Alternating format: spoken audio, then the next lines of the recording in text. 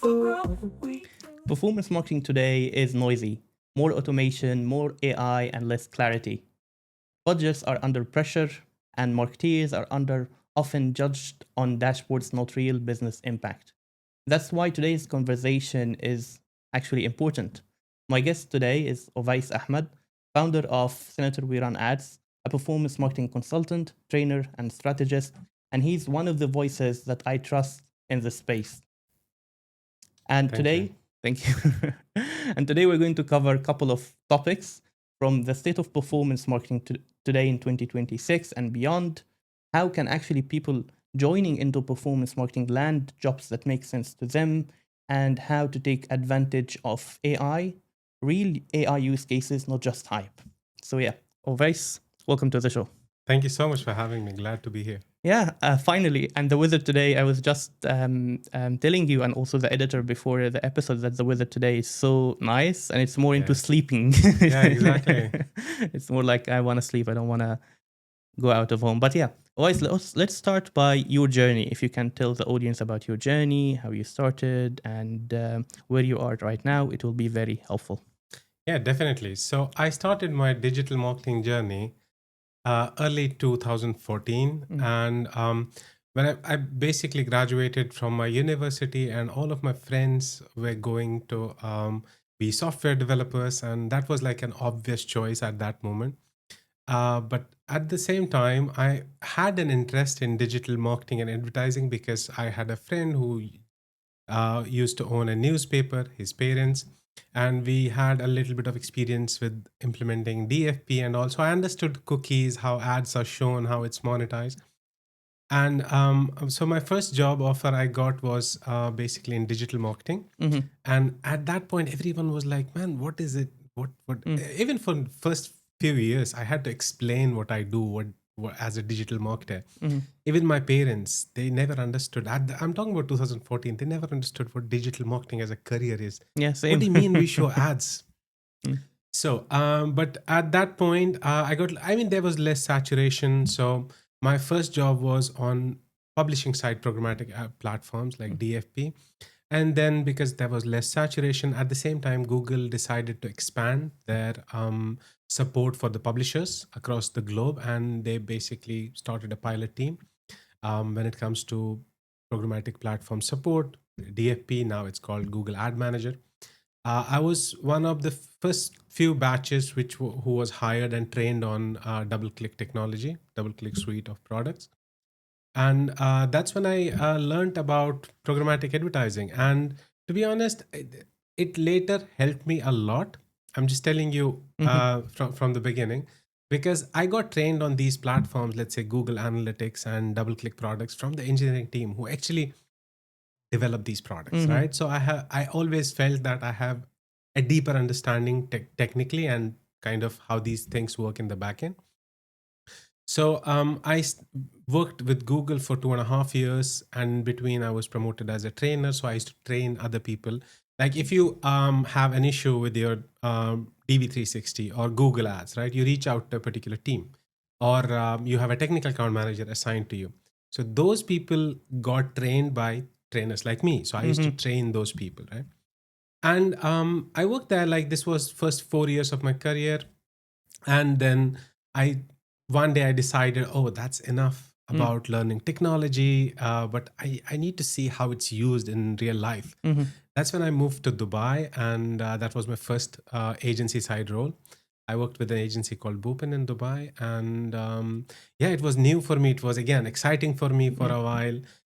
Worked with a lot of clients, and then after that, moved to other agencies like MCN. I used to handle Etisalat as an account as a performance director.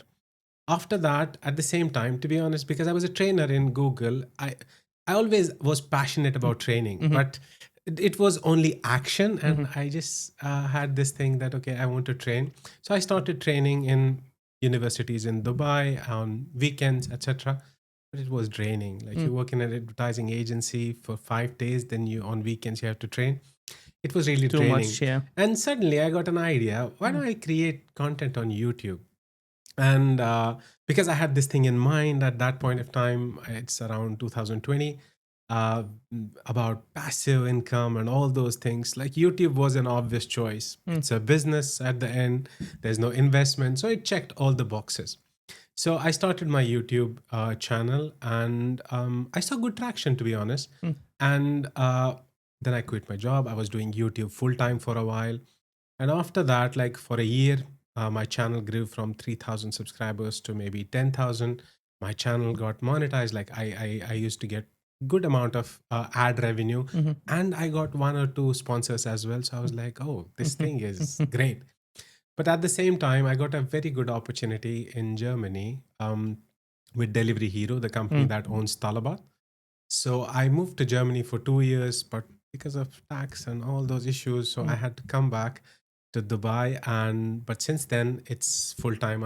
I was doing content creation, but then I was training people. I was doing consulting with businesses. A lot of businesses were telling me, "Oh, okay, you consult. That's great, but can you suggest an agency?" I worked with some agencies here and there, and eventually I decided that I can have my own agency because I have done it so many times. I know how to hire, who to hire, how to train them, how to upscale them, and how to basically manage digital marketing projects.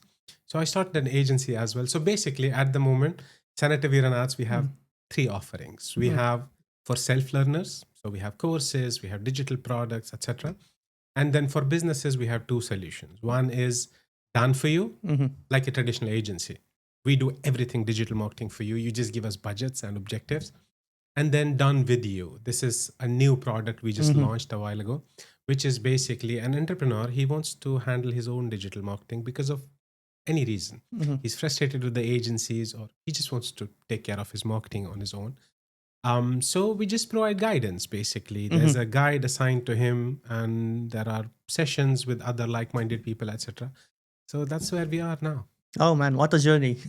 Thank you. Yeah, so it's a very long journey, and I guess we're going to reference it back a lot during Yeah. our conversation. So let's start by if you can help the audience understand, how do you see performance marketing now?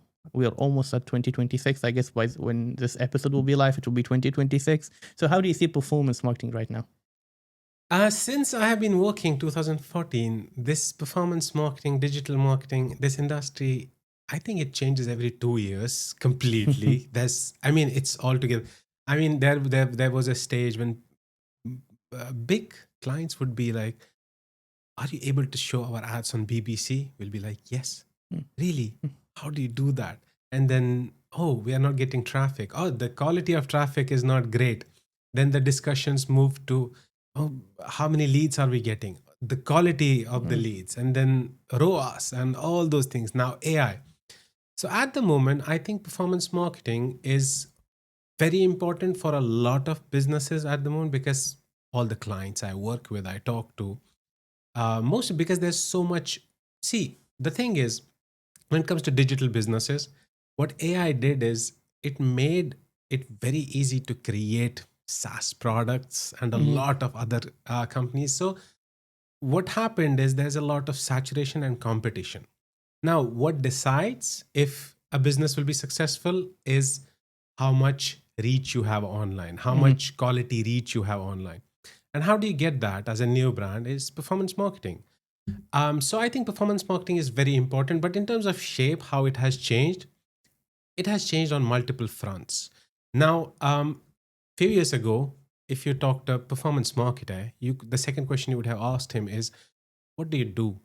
Are you PPC expert? Are you programmatic ads expert? Are you CRO expert? Are you a copywriter?" Now, what companies expect, and what I believe is the only way forward, is it needs to be the same person who decides the overall strategy from campaign ideation until the creative and then the reporting. So, as a performance marketers, what needs to be done is everybody needs to strive to become a full stack marketer. You don't need to know everything, but you need to understand how to stitch all of these parts together. Maybe you are expert in one of the things, but you need to have an overview of everything.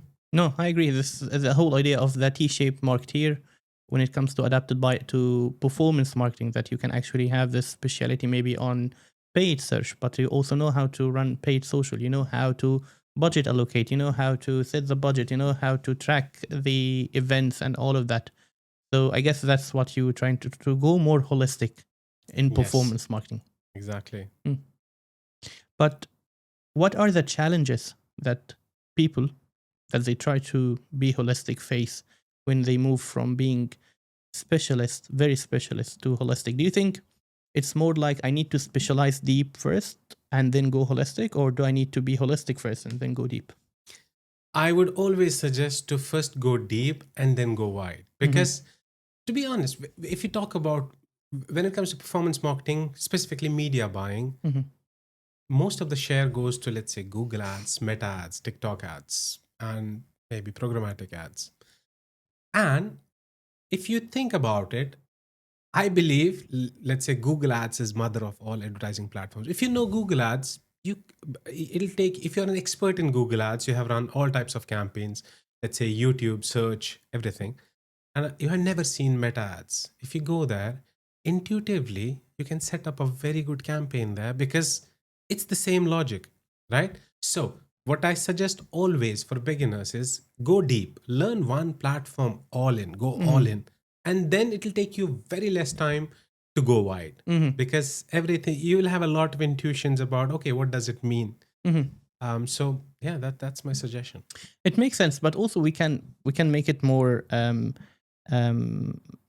value focused to the audiences. So I will share with you my view. So what I believe in, that when it comes to the channels, when it comes to performance marketing, there are into one of two buckets. There are either demand generation or demand capturing.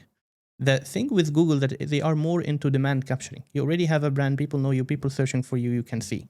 They've been trying to go out of this demand capturing by introducing other campaign type, the YouTube ads, the demand gen campaign, and all of that. But it till recently it was not able to take a lot of the budget from the other paid social channel.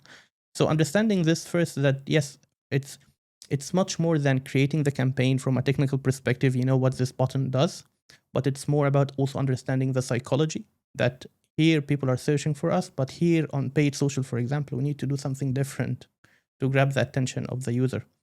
And also having a foundation of marketing first, I guess this will be very helpful, because you need to understand how to impact people. It's much more than running a technical campaign. I guess since you have a long journey, you remember early in the days, like the know-how was very valuable. Now the know-how, it's not that valuable anymore.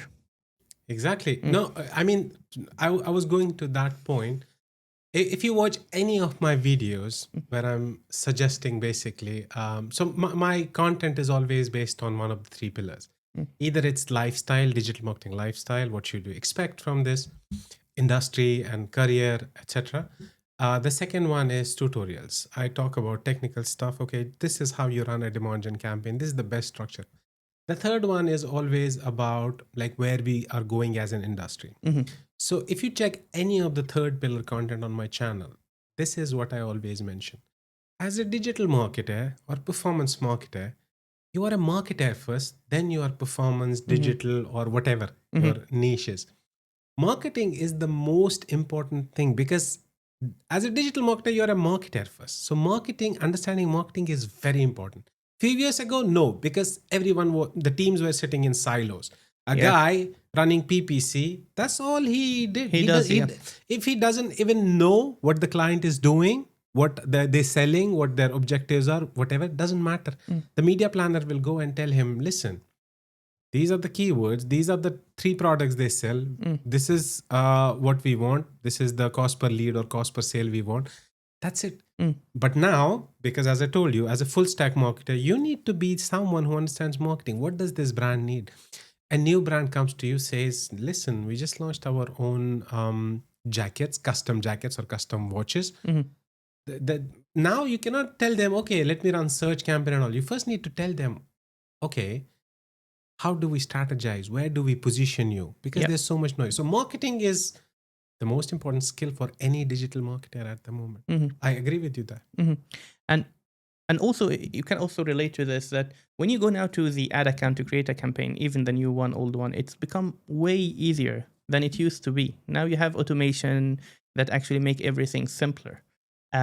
Whether it's the on Meta, like you have, I want to talk about the Andromeda update, but leave it for now. But like whether you have like creating the campaign, I remember like back in the days, it used to be like more like a complex task, especially when it comes to structure. You need to ensure that this campaign not overlap with this one, segment the audience, a lot of segments that actually might overlap. And the job was more like managing the overlap, how you manage the overlap. But now it's totally different. So also the barrier of entry or creating a campaign is becoming less and less. And to have this kind of view, like the holistic view that you have a look across all different performance marketing channels or paid channels.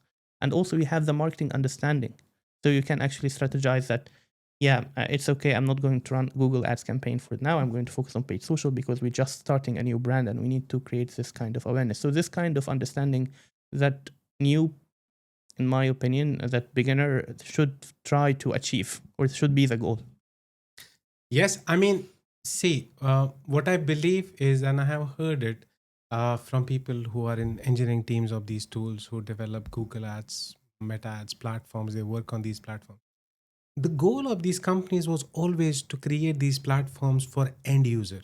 Mm-hmm. They were not created for people working in agencies. Yeah. It was for end user, because you have to understand one thing. Why did digital marketing become so successful from traditional marketing, radio, TV, newspaper, whatever? Because they allowed small advertisers. Because if you had to do TV advertising, there was a budget cap you had to cross True. before you could advertise. Now, if you have $50, you could go and run a campaign, and the platforms made it possible. But at the same time, they had to ensure that, okay, the guy with the $50 budget, he doesn't have any resources. He will need to run his campaign on his own. Mm-hmm. So the goal was always this. This has, I mean, some people think that recently the trend started, but it's been since the beginning. 8 years ago, if the most experienced and respected people in the team were the ones who were PPC experts. Because why? They had to do manual CPC. They had to adjust manual CPC, understand how to check what bid should I keep for each keyword. Where is that skill now? No, it was automated. And because it took some time, it's been always the process. It'll just become easier and simpler. At the moment, if you go to Meta Ads, choose the goal right. I mean, choosing the right goal is not a big issue. Do you want sales, reach, or do you want leads?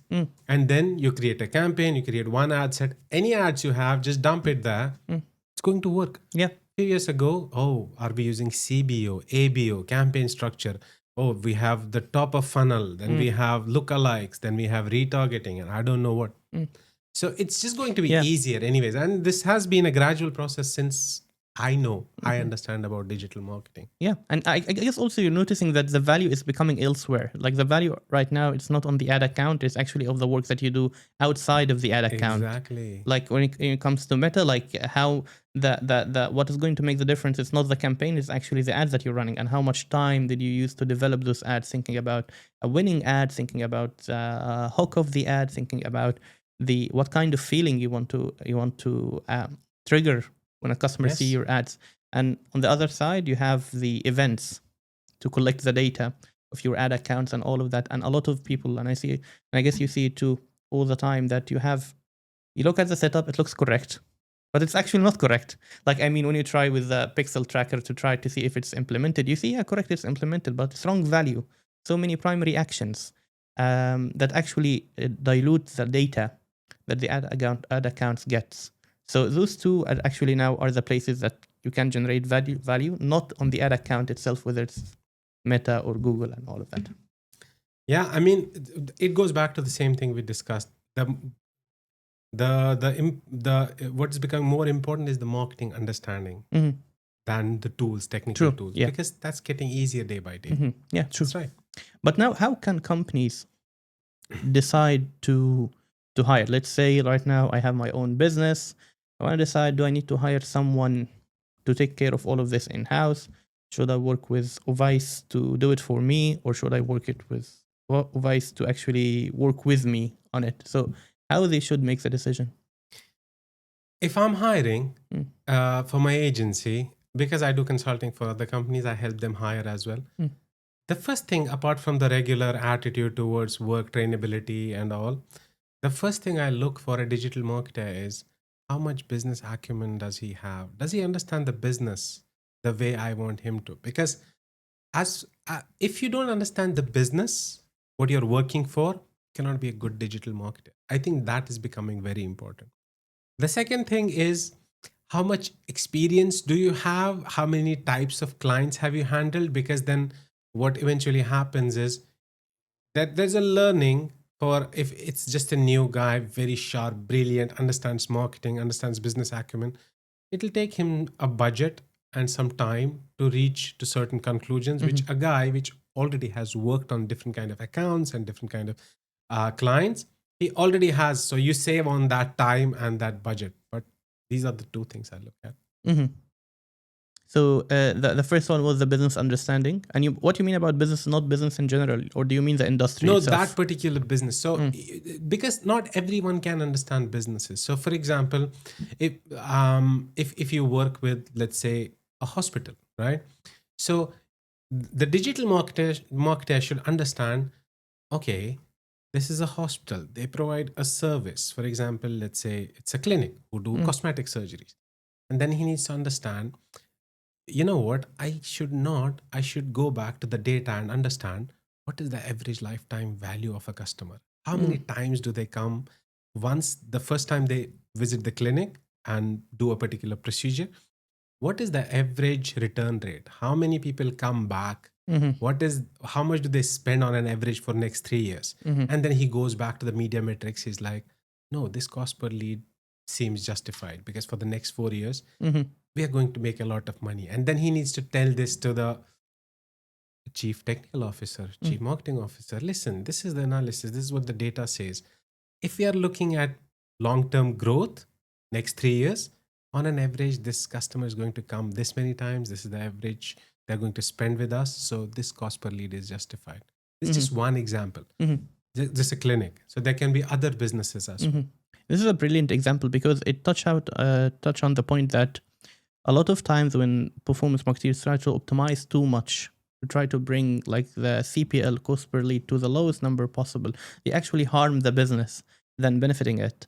Because when you try to optimize a lot to get the highest ROAS, to get the lowest CPL, you're actually attracting or trying to focus more on the less cost customers, which not necessarily getting you the highest LTV when it comes to the longevity of the business. So it's actually a very valid point. And now basically what I understood from you is by understanding the business metrics and how the business operates and the business life cycle, they should be okay with the nature of the business. Like they shouldn't be worried of, for example, of the CPL is not that low if it's higher, for example, or something like that. Not just worried. What I'm trying to say is they should understand like the business metrics.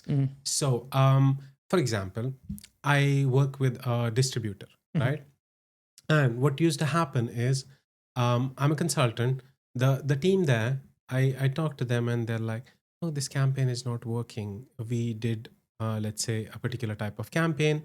It's not working. So we rather give this budget to the marketplace and they run the ads and they show us the actual ROAS, etc.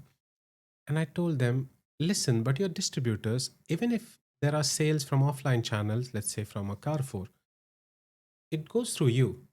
Yes. Okay. Can we do last big campaign you did on Meta and TikTok? Yeah.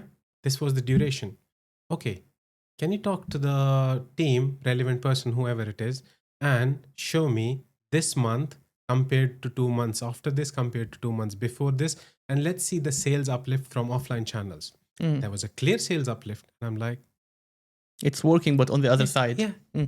So these are just examples. It's very, very unique to every business. So basically, the marketing manager or digital marketer should understand the business first, who they are dealing with, and then make sense of the media metrics, and not just stick to, no, the cost per lead is this, no, the CTR is this, no, the frequency is this. It doesn't mean anything, to be honest, anymore. True. Yeah, true. Most of the metrics that people are look at are vanity metrics, especially then even when we discuss about how the metrics are calculated and attribution and all of that, there is no solid foundation for all of it. It's all based on clicks and impressions, and with the research and studies shows that how many of those clicks and impressions are actually bots and AI driven and all of that. So it's the whole point is to gain actually some kind of a standard way of looking at your data, but not actually taking it literally as if Yes. it's reality. It's not Yes. reality. I mean, you have to connect these two data points, the business, how things work in real life. How does a customer interact? How do they spend money with you? What do they think about you? And then make sense of media metrics. Focusing only on media metrics, it'll be misleading most of the times because sometimes the data seems so correct and you're like, no, this is so true. I'll give you an example. Sometimes you look at data and logically it looks correct, but you have to step back and look at the same data and you're like, no, yeah, you're right. So if I ask you, draw a graph between your age, x-axis, and population of any country, let's say China. The graph will be maybe a slanting line. So with your age increasing, the population of China is increasing. Logically correct. Yeah. But think rationally. Your age was not a factor in determining population of China. So you basically are looking at two data points which are not related. But if you just focus on this graph, you'll be like, yeah, man. If we reverse your age somehow, will population of China decrease? No. You see, Yeah. the moment you change one parameter there, that the logic breaks. True. I guess the point is more about that if you have two metrics and there is a correlation between them, doesn't mean that there is a causation relationship between the two. Like changing the one will not impact the other. Exactly. Yeah. A lot of I guess now businesses and anyone who worked on performance marketing, that there are some kind of misunderstanding of data, like in terms of behavior, like how correlation doesn't equal to causation, and some of those kind of mistakes when approaching data that actually impacting the decision making of performance marketing and the business when it comes to performance marketing. So now if we can, from your expertise, what are the top 3 mistakes that you see businesses do when it comes to performance marketing, thinking about performance marketing? The first one I would say is businesses, small, medium, large, no, but small and medium businesses, what I realize is most of them, they don't understand the importance of branding. They don't understand the importance of an overarching strategy, which includes branding, performance marketing, and how they work together. This is a very common thing. In early, I would have to admit this. Early in my career, I never believed in branding. I was like, no, this is like rich people thingy. But later I realized that the only problem is some people, impatient digital marketers or business owners, they want to see the results quick. They want to see measurability. We know attribution, how it works and all. They're like, no, see, I spent $10,000 on Meta. It generated this leads. This is the number of business I generated. In branding, they don't have this immediate data, but it's a long-term thing. And I've seen branding, like how it can basically grow you exponentially as a brand and a business. And that's the one mistake I see a lot of people doing. Do you have an example to share for when branding is done correct that can actually be a growth lever to the business? Yes. I mean, see, maybe if I tell some example, people will not be able to relate, which I did, but we live in UAE, right? When you think of insurance, not just you, maybe 80 out of 100 people in UAE, if you have to do insurance of your car or health insurance, the first thing that comes to your mind is insurance market. Yeah. Whether you like them or not. Exactly. Why? Because they have spent so much money on branding. And a lot of this wonder was done by just one jingle. Insurancemarket.ae. Yeah. Right? It stick to your mind. Now, if they had been like, okay, no, Google, let's do cutthroat competition with other companies, this keyword, let's spend money, let's do this. One day, if they stop their budgets, that's it. You get what you paid for. Now, think how much of with the branding, even if you are in a rush, you have to do an insurance, you just want to say, how much will it cost me to do insurance for my car or health? It's like a muscle memory. You go to browser and insurancemarket.a. This would be definitely one of the choices that you're going to check. maybe you check your friends and family and insurancemarket.de because it's so remember in your mind, even if you don't like the Exactly. the So tone or I the didn't talk about Coke or Yeah. Pepsi. I just gave you an example of a brand which we saw like in Mm. last few years how it No, true. became big branding. Yeah. Okay, so let's get back to it. So what are the other two mistakes that you see businesses do when it comes to performance marketing? I think it depends. Small businesses, they make different kind of mistakes. Medium-sized businesses, they make different kind of mistakes. So this is one. The second one, I see a lot of people, they I mean, they think that if we spend some money, a digital marketer's job is basically we give them money and we should see the results from today. No, that's not. It's just a tactic. What they believe, what they want is basically someone comes with a magical tactic. Oh, these are the keywords. This is how you do it on Meta, and we generate leads. That's a tactic. They confuse marketing tactic with marketing. That's another. Third one I'll have to think about. Maybe when we are talking, Yeah, well, let's expand on the second one. So the idea, yeah, I totally agree with you that hacks. People think a lot about hacks. What is the hack here? What is the best practice here? What can we do? But most of the highest value work that I always see performance marketing can help businesses grow hundreds of times is all in the foundation. The simple things and mastering those foundations and ensuring that you are not wasting your money, ensuring that you have a solid campaigns, not hacks. And I was remembering one day one founder told me that he was searching on Reddit, and basically people were saying that when you create an ad account, you need to make it maybe in China or in other South Asian country, and there the account manager of Google, they give support to very small business and they are very technical savvy, so they can actually unlock things in your ad account. I don't believe that this is true, but like he was convinced that this is something, and I told him like, listen, if this is correct, how much is this alpha? How much is this going to give you? Maybe 2%, 5%?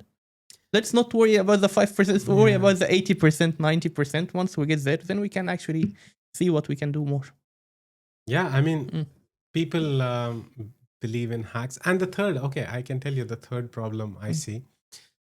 A lot of people think, I mean, they let their personal opinion decide how we design a marketing campaign. So a lot of times I'm talking to clients and we create a piece of content for them for ads, let's say Meta ads, and they're like, no, this looks a bit kiddish. This looks a bit this looks a bit that. I'm like, why do you say that? I feel so. And so, what I'm trying to say is, what you have to do is whether something is good or bad. Okay, branding, I understand. Okay, this content directly is contradicting with our brand principles or branding guidelines. Okay, no discussions. Okay, let's rework. But if it passes your branding guidelines filter, then your personal opinion as should not be. So they directly say, no, we cannot go live with this because they don't like the creative. But we know, we do that day in, day out. We know what creative will work and what doesn't. And sometimes they come up with crazy ideas because they think it will work. You know? So you never have to be, even in my case, I've been doing this for 12, 13 years, content and paid media. When I see an ad, to be honest, I mean, in most of the cases, I'm always wrong. I'm like, no, this creative will not work. And that one does. Because you don't understand, there are so many people. You have to understand at the end, it's going to people who think completely opposite to what you think. They believe completely opposite to what you believe. And I'll give you an example. I have learned it with one of my friends, you know. I had a friend who was in, basically, he had certain stores where they will sell garments. And once I met him and he told me, I have to go to a supplier. Can you come with me? Among all my friends, I used to admire his dressing sense. And when we went there and he's telling him, yeah, I need this 20 pieces. I'm like, man, really, who will wear this? And you have such a good taste when it comes to dressing. Why? Who will buy this? He's like, man, no. If I think that way, I'll not sell. I know what sells. That's based on that, I buy this. It's same with content, Mm-hmm. creative. So personally, your personal opinion. The problem with our industry is everybody thinks that they are a marketer, whether it's a CEO, CTO, somebody from sales, because they think they scroll social media, so they know what a good creative is. Mm-hmm. And that's all based on their opinion. And this is a very big problem, to be honest. I really like the example, by the way. It's a very nice example. And I guess the point that I can add in here, it's all about, like, look, judgment is very important. Like, and this is the idea that over time, if you are if you have expertise in some field, over time you will start having some kind of judgment that is super unique, and this is super valuable. Similar to your friend who can actually decide what's working. But the problem is that people who try to give judgment that they don't have the years of experience when it comes to doing this. We're not talking about, because at the end of the day, think about it right now, the attention span is so low, and people don't care about anything about your brand. They don't care about your brand color. They don't care about your logo. They don't care about the font. Just focus on grabbing their attention first, and then everything we can we can fix after. And the number of people who are running ads right now are huge. Like, people are seeing hundreds of thousands of ads on a monthly basis. How can you stand out? I'd say daily basis. Like 100,000, I understand you, but like if someone is consuming social media for 2-3 hours a day, how many ads do you think they're going to remember after one session? None. So it's totally different game. But yeah, judgment is important, but it has to be in the field that actually makes sense to you and your years of experience. Judgment is not something that you can develop overnight for a field that you have no idea about. The more you know, the less you know. It's as simple as that. Yeah. The more you know. And people don't understand. Like, most of the times I tell clients, listen, the creative idea you're giving me, it's brilliant. Only if we're forcing someone to watch this, and if we pay them, oh, watch this ad, and they're like, it was really nice. But it's a big condition. The first 3 seconds, or the static part of the creative, let's say on Meta, the objective is only that you need to stop the scroll, and then he pays attention, then you complement with the primary text, whatever. But the objective of the video, first 2 seconds, and the static, is to stop the scroll. Then you say the message. I always tell this to most of my clients, and then they're like, oh yeah, we understand. Okay, this is a nice creative, but we need to please, pay can you people change to it? Yeah, a little bit, but yeah, let's go live with it. Yeah, a lot of people think about it as if it's a TV ad. That like back in the 90s, that you have to watch the ad to watch the show that you used to watch and all of that. But it's totally different right now. Okay, so now we have the 3 mistakes or misunderstanding that businesses do when it comes to performance marketing. So I guess we have to talk about how a lot of business leaders right now, especially small and mid-sized business, they are obsessed with AI. They think now because ChatGPT 5.2, they don't need to hire a media buyer or a performance marketing. They can just talk to it, connect the MCP to the ad account, and run the ads automatically, do the optimization automatically. See, what I would suggest is, whether it's a business owner or a digital marketer, don't force AI on yourself. You know what? So getting an AI into your ad tech stack or MarTech stack, the first thing is there's a need. You realize there's a need. Then you find the best AI tool that can do that. And over time, you integrate AI within your tool. And now people say, it's just like shopping, man. You need a shoes. You go to the mall, you find the best one you like, the most expensive one, and you buy it. Now, if you go to the mall and you're like, oh, this looks nice, but you don't need it, the only thing you're going to do is just collect stuff in your home. So what I have seen is, I have seen people struggling. Oh, this tool, man, amazing. And then they have this anxiety. How do I use it? How do I use it? Man, if you needed that, okay, this is an amazing tool. Whenever you need it, you will know. Don't force tools on yourself. The first starting point, integrating AI into your ad tech stack, is you have to basically have a need. And then you're like, let me see if any tool can solve this problem, and not the other way around. Right? And The second thing is what basically, I mean, at the moment, December 2025, what AI tools can do best is if you have expertise in a particular area, then you use AI to do 90% of your work. But you need to know what instructions to give and what kind of output to expect, and then how to add finesse to that output, Yeah. which is only 10, 15%, 85%, 80% AI will do easily. But you relying only on AI, you'll just get 85% finished product, Yeah. and you still need an expert at this moment. So okay, if you are using AI for copywriting, if you have a copywriter, let him handle it. He will do an amazing and incredible job. That's what I think as of now, how to deal with AI. Mm-hmm. Yesterday I heard a quote when I was driving that basically AI is very good when it comes to that there is no issue of having mistakes. But the problem with performance marketing that if there is really a mistake that can cost you a lot of money Exactly. if you're running ads and all of that. So I guess adding to your point, the most important thing when working with AI that you need to have the skills to be able to detect bullshit. If you can Exactly. detect bullshit, then actually it's so risky. Don't touch it. Don't try to do everything yourself. You'll actually cost yourself more money than the money that you're trying to save by doing that. Exactly. AI can help you basically relieve you from a lot of tasks. For example, I have been doing media planning for 8, 10 years, right? I have to do a media plan now. If it used to take me 8 hours, 4 hours, 6 hours, now I can do within 30 minutes with using AI. Yeah. But if someone who has never done media planning or has very less experience, he comes with a media plan with AI, it'll be a disaster. Full of mistakes, full of It's as simple attack as points, that. and yeah. Because I know media planning. That's the state. That's what I mentioned in the beginning. That's the state we are in now.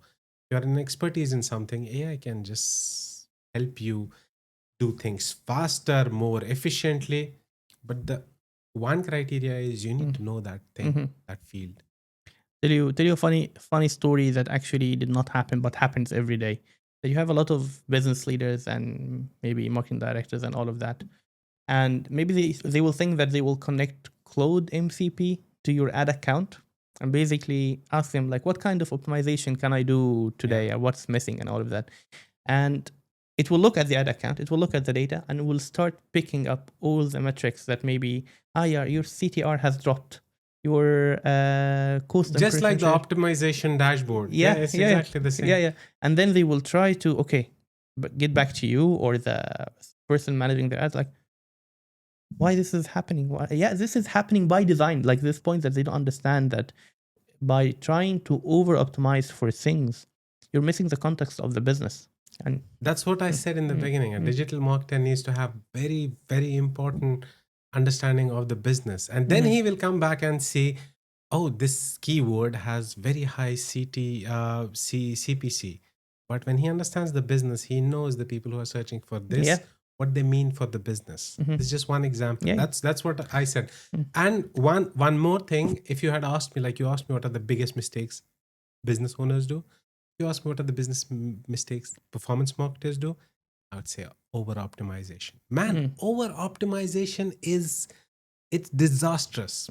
Like there was an experiment done. I can just tell you like a quick experiment. There was a study done on bees. So the study basically saw there's a beehive and there's a field nearby. The bees go there, they collect the nectar, they come back, and the regular process, right? But the guy who was doing the study or the team, what they observed is it's a straightforward road, not far from the beehive to the flower field. But almost 20% of the bees in between were just taking multiple paths. And the guy was shocked and was like, no, there cannot be so much inefficiency in nature. Bees are intelligent creators, incredible creators. 20% of them, they know how to communicate. Where is the gap? Is it in the communication? Do they not understand? And then while the study was going on, they realized that what used to happen is there is a field, one fine day, the field owner would come and they would harvest all the plants. If all the 100% bees would go there on one day, then they will have no food. They'll be like, what do we do? So these 20%, they always keep lookout for new fields, right? The moment this field is harvested, there's nothing, no more flowers there. The 20% they have collected enough data, oh, we know another field, Wow. and they would This go is there. very impressive. That's exactly over optimization does. Mm. Okay, it saves you money sometimes, but it kills innovation. It kills opportunities which you might have got, which you didn't. Mm-hmm. Right? So No, true. Like, look, one of the clients that I recently got was actually into the lead business. He actually optimizing for getting leads, and they used to like have a certain cost per lead, let's say $50, and then it went up to $100, and they don't know why it happened and all of that. And the advice that they get from other consultants, maybe, or the people in house, that we need to spend more. It's becoming expensive. We need to spend more budget.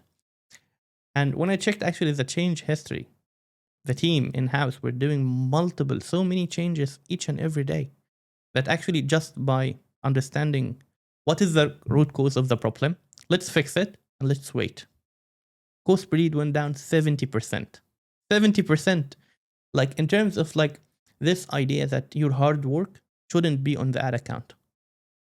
You don't need to show your value as a performance marketer through the change log that you have the 10 changes today. You're actually doing yourself more harm than good, and you're going to run yourself very frustrated of the results.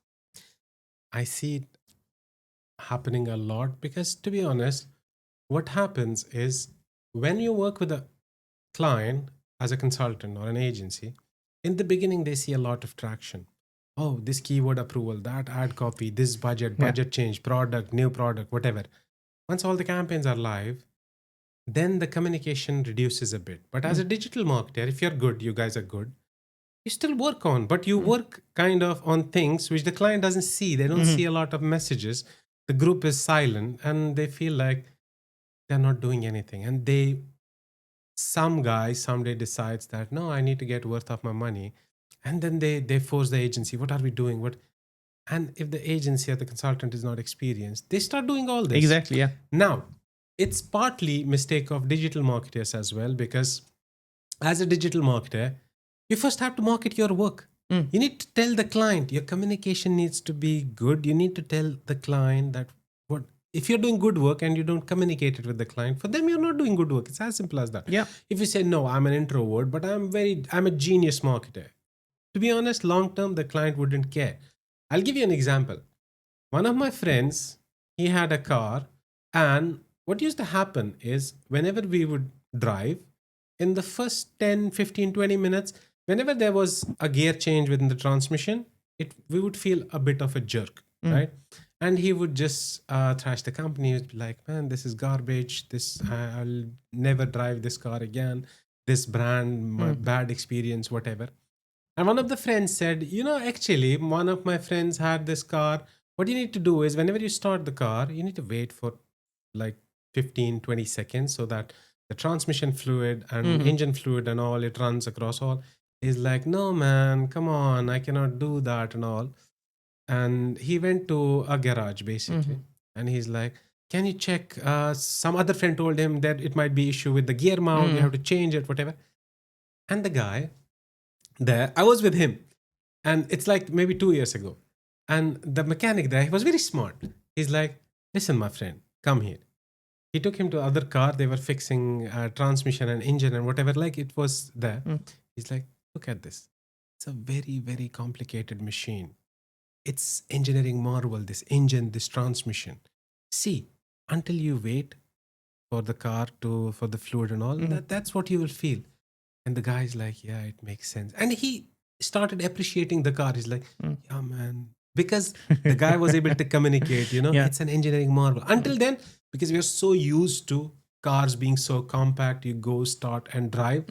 It goes into hindsight that it's an engineering marvel, man. Without friction, you run hundreds of kilometers in a car, no problems at all. But the guy communicated in a right way. He showed him, listen, see, and he's like, yeah, man. I think it's fair to start the car and give it some time. Exactly, marketers. You need to communicate to the clients that how good job you're doing. You need to have that skill. If you don't have that skill, no matter what you do for the client, after the campaigns are live, you're like, dead money. Yeah, definitely we are in the people business. At the end of the day, you're not on the algorithm business. You're not an engineer, Exactly. and even engineers with human skills actually get rewarded much more. And trust me, across now 99% of people working in performance marketing in particular, we are all introverts. Exactly. It's very rare to find Because the next. because we are used to being so into the Yeah. metrics and ad platforms, but the game has changed, as I told you in the beginning. So we need to adapt it. And I see a lot. This is the biggest mistake I see most agencies. I do consulting on agencies where they're like, why are our clients not happy? And then I'm like, no, you need to do this. And for example, so if you let the client to be on the driving seat and you are an agency or in service-based industry, you're not going to see more happy days than sad days. So basically, you have to keep the clients busy. Tell them. Sometimes we do stuff which the client doesn't even know. So you tell the client before doing it, we are starting a project. Yeah. This is what we are going to do. We will need your inputs here. And the same thing you did without them knowing, now you do it. They're busy. Oh, they're driving this project. So this is how you do it. You basically don't let clients be on the driving seat. And I've been in the corporate side for like 14 years of experience in performance marketing, and I totally believe on proactive communication. You communicate proactively that, this is a problem that we're working on. And maybe even if you see something wrong and maybe they don't see it yet on the business side because it doesn't impact them yet, tell them that I know all is good from sales perspective, for example, but like we have an issue when it comes to this approval or when it comes to policy on PMAX and all of that. And that's what we're working on. Maybe we don't have a timeline for now, but I will keep you posted on a weekly basis about that. And proactively communicate with them, not in a way to get their approval, but a way to tell them like, that's what we're doing. We are not sitting on our hands. Yeah, just try projects, keep them busy. And at the end, I mean, every job, every industry has their own problems. Same goes with ours. Sometimes you have to understand the marketing manager at the client side you're working with. If they don't say anything in the meetings, if they don't contradict with anything, their boss is going to think that we don't need this person. Even if you do everything right, this is the nature of the business. They have to sometimes do something. So you need to understand that bit as well. Yeah, especially if they are both exist in the same meeting. This kind of dynamics can happen. So that you need to accept that part as well. I always used to tell my teams that you need to understand they need to justify their jobs as well. If you do everything right and they're like, yeah, everything is right, you come, you present, you go, they're risking their job. So take it with a pinch of salt all the time. It's okay. 30%, 20%, 15% bad meeting is a good meeting. At the end of the day, like the purpose of the meeting is not to be always happy and good. The purpose of the meeting is to gain alignment between what we're doing and but always be careful during those meetings if you are an agency or you try to do freelance, not to try to get super offensive in meetings. Try as much to be political as much as you can. Of course, something let us see and get back to you. It's always the magic thing to say. There's nothing personal there. When it comes to work, give yourself time. Once time. you enter the office, there's nothing personal. It's all work. Okay, so now, is there any AI tools that you think they are important or you're looking carefully into more than other AI tools? Because, there is a lot of hype right now around a lot of AI tools, a lot of scripts, a lot of things like that. See, I'll tell you something. The two things I want to mention. The first thing, the hype you see about AI tools or anything, like before AI tools, the hype was, oh, this campaign structure, that campaign structure. You need to understand the hype you see online, it's from the creators, content creators on YouTube, Instagram, whatever. And when a creator basically decides on a video, he needs to make sure that he is talking very aggressively about something because all the content is optimized for views. Maybe even if you're talking about like 50%, the content creators keep this thing in mind that we have to say something different, new. That's when they will get views. So any hype you see about the tools, take it with a pinch of salt. The second thing you have to understand is initially, when the AI started, I was the first one who created a course how to basically create a complete digital marketing strategy with just Chat GPT. So I have Oh been yeah, I doing, remember. I watched this video yeah, actually. Yeah, I've been the one with the exploring prompts. exactly. Mhm. I've been exploring these tools for last three years maybe. And what I realized is that's where my first principle came from. First, understand the need, then look for the tool. Mhm. Otherwise, you're going to be very anxious about how do I use this tool. Mm. That's a very wrong approach. Yeah. So, when you say there's a lot of tools, to be honest with you, what I realized is so I'll tell you my principles on choosing which tools I Yeah. even try and then add to my toolkit. The first rule is I'm very, very ruthless Mm. about choosing what tool to try and what will basically become a part of my toolkit. Mhm. The first rule I have is if I'm working with ChatGPT and I have ChatGPT 5.1 and then I have Gemini 3, I keep forgetting the Mm. numbers. So That's let's good. say Yeah. everyone is saying, oh, this is crazy. Mm. I give it a try. If it's not more than 20-25% better than ChatGPT, it's okay. I'll have to wait a week or two. ChatGPT will come with a better version. Then Gemini will come with a better version. Then this. So otherwise, you'll just this is a full time job to catch up with AI tools and Mhm. updates. So unless there is a very huge difference, I don't even add it or replace any tool in my toolkit. The second thing is if I do not need it, I will not add it to my toolkit. For example, my toolkit right now, when it comes to context setting or content ideation or basic structure about content, I use Chat GPT. Mhm. Sometimes maybe Gemini, but most of the times I use Chat GPT Mhm. because it already understands a lot of things Mhm. and a lot of instructions previously. And so that's what I use. The second thing, when it comes to image creation, right now, Nano Banana. Mm. Man, Mm. I mean, I don't know any other tool which is even close. So Mhm. I create thumbnails with Nano Banana. One prompt, man, the type of thumbnails, I'll probably send you something you can show it I here. see it already, like on your YouTube channel. Yeah. Man, Yeah. it's incredible. Mm. 2 minutes and it gives me three variants of Mm. thumbnails. Product shots. We Mm. create studio product shots with thumbnail Nano Banana. It's incredible.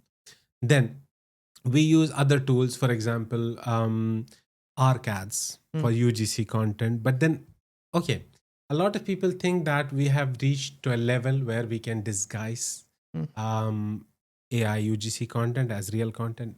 I would never recommend to any of my clients. Yeah, me too. So somehow you have to be clear in the message that, okay, you know what? So for example, one of the clients, they used AI UGC creatives to come up with kind of testimonials. Mhm. But what we used to do is we used to actually attach the screenshot of the testimonial. And you see a video, and then at the end, we'll attach the testimonial, the real Mhm. screenshot of the Mhm. testimonial. Some guy said this. This was AI, but we It's used this true. testimonial Yeah. as a script. So RCATs I use, to be honest, and then there are other tools as well. For example, Gemini is very good at when it comes to landing pages or Mhm. things like that. I use presentation.ai or sometimes Gamma for Mm. creating presentations. So these are my regular tools which Mhm. I basically refer to. Then of course Lovable and Replit. sometimes to create different kind of automations, etc. Mhm. Yeah. Cool, man. Awesome. And like, lastly, because I guess we're reaching the end of our time, what would be your advice for people who want to enter performance marketing now? I know that you had, I guess, one of the videos that I've watched recently. You were talking about how it was a LinkedIn post, how certificates, people had masters from German university or something like that, trying to enter the UAE market, and they were struggled how hard it was to enter the market. Yeah. So if you want are serious about digital marketing or make a career in digital marketing, the first thing you have to understand is you have to understand the fundamentals of marketing. I'm not saying you do MBA in marketing, but you need to understand. Need to read few books, watch content. I don't know how you're going to do that. Everybody's learning Different. Yeah. style is different, but you need to understand basics of marketing as well as modern marketing. Mhm. So you need to follow because there are certain thought leaders in this space, how to position yourself in online as a brand, as a personal brand. Gary Vee, there are a lot of people Alex online. Hormozy, yeah. Exactly. So they have different styles, but you just need to listen to all of them and then basically come up with your own opinion. Modern marketing as well as marketing fundamentals. Then you need to look at the tools, let's say Google Ads. How do I use it? But you need to be very strong at fundamentals. If you think that you're going to watch a 3-hour course or 1-hour course on Google Ads, that's going to help you, or a particular tactic, you go to eToro or this website, generate affiliate link, then run ads, and it might work in 0.001% cases for next 2 weeks or 3 weeks. That's not marketing, man. You need to have very, like anything, any good thing. Like digital marketing as a career is amazing. Like I even made a video on digital marketing can get you anything. Because digital marketing in the current world is an enabler. Whether you want to do it for clients or you want to do it for yourself, it can help you basically to market anything, which is very important in this world. So like all good things, it's going to take time. You need to have a proper roadmap, not follow silos. So if you see manifesto on our website, one of it is structured, boring, but structured courses, which will take you from a beginner to a semi-expert. For example, a particular course. Now, the same thing you can watch in 1-hour video as well, but it doesn't work that way. You need to have strong fundamentals. So I'll go back to the same thing. So understand marketing, understand online marketing feel, then understand the technology behind it and fundamentals, etc. And then you basically are at a good starting point and you look for an internship or whatever. And you need to have work experience. If you think, a lot of people message me, hi, can you suggest me a course because in the next 6 months I just want to start my own digital marketing agency. I'm like, what? How is that possible? How is that possible unless you work on brand side or an agency for 5 years or 3 years if you're a genius? How you want to do a course and start a digital marketing agency? Yeah, ridiculous. Yeah, ridiculous. Yeah, possible. Cool, man. And I guess it's very important. Like your courses are actually adding value. I always recommend it to people. So guys, if you want to get technical knowledge that actually relevant and it's very useful, I highly suggest you to take Ovais courses. Thank you so much. Thank you, man. So Ovais, it was really nice to have you here. Pleasure. Thank you for having me. Hopefully we can have another one very soon. Yeah, sure. If we get good traction. Yeah, hopefully. Cool. Thank you. Thank you so much. Reach for more. Performance marketing hardcore. Tune in, listen, hear the